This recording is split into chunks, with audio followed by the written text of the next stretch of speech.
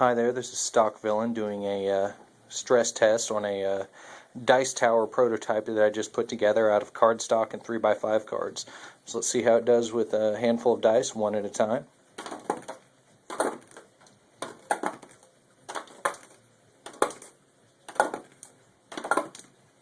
Alright, seems to do pretty well. Now we're going to do the handful of dice all at once.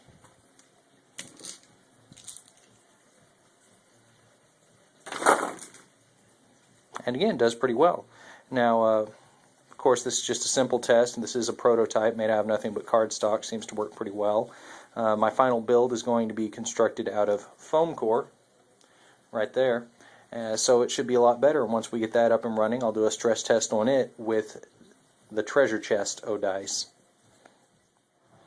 Alright, here we have our sheet of foam core with all of the parts for the tower marked out on it. Did a little bit of work on some scrap paper and managed to come up with a configuration that gets every single piece of the tower onto one sheet of foam core. So if you're trying to save on materials, there you go. One single sheet of foam core for a 16-inch dice tower. Now you notice I've got one segment of waste up there in the center of it. That's not actually going to be waste. What that's going to be is decorations and small additions onto the finished product.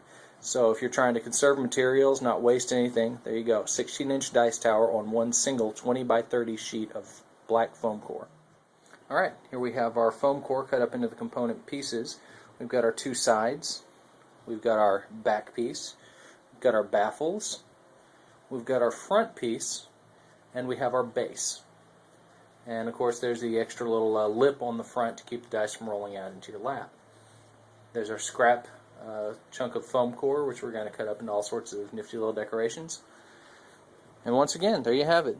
All the pieces for a 16-inch dice tower on a standard 20 by 30-inch sheet of foam core.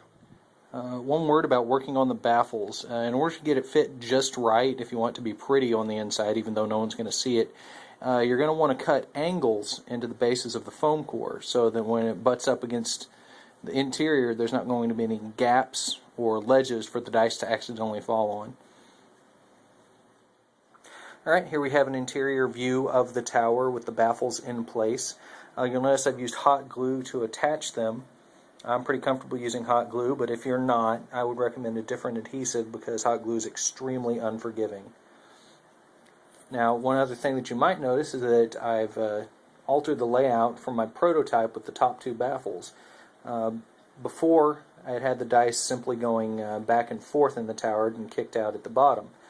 But I decided that with the V-shaped baffle in the center, I might as well spice things up a bit and have the dice go left and right before going back and forth. And I think that should randomize them even more. Alright, here we have the two sides of the dice tower with the baffles assembled, so you can get a better idea of how the dice are going to move in this thing once it's all together.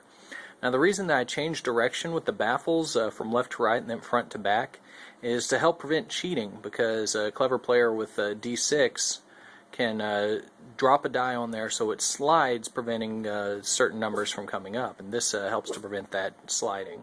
Okay, so it seems I made a significant tactical error when converting my plans from cardstock to foam core. I did not take into consideration the width of the foam core itself into my measurements, so I'm having to come back through here and run a seam of hot glue to fill in any gaps and increase the strength on this thing.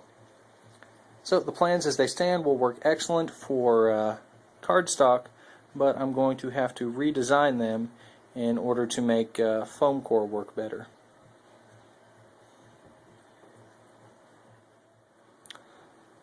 Alright, now that we've got our completed dice tower, it's time to test it out.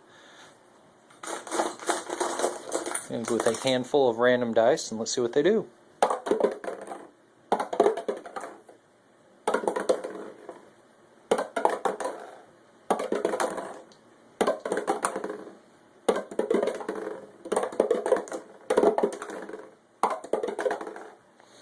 Alright, that seemed to do a pretty decent job of several dice, one at a time. Now it's time to lob in a whole bunch all at once. Alright, looks good. There you have it.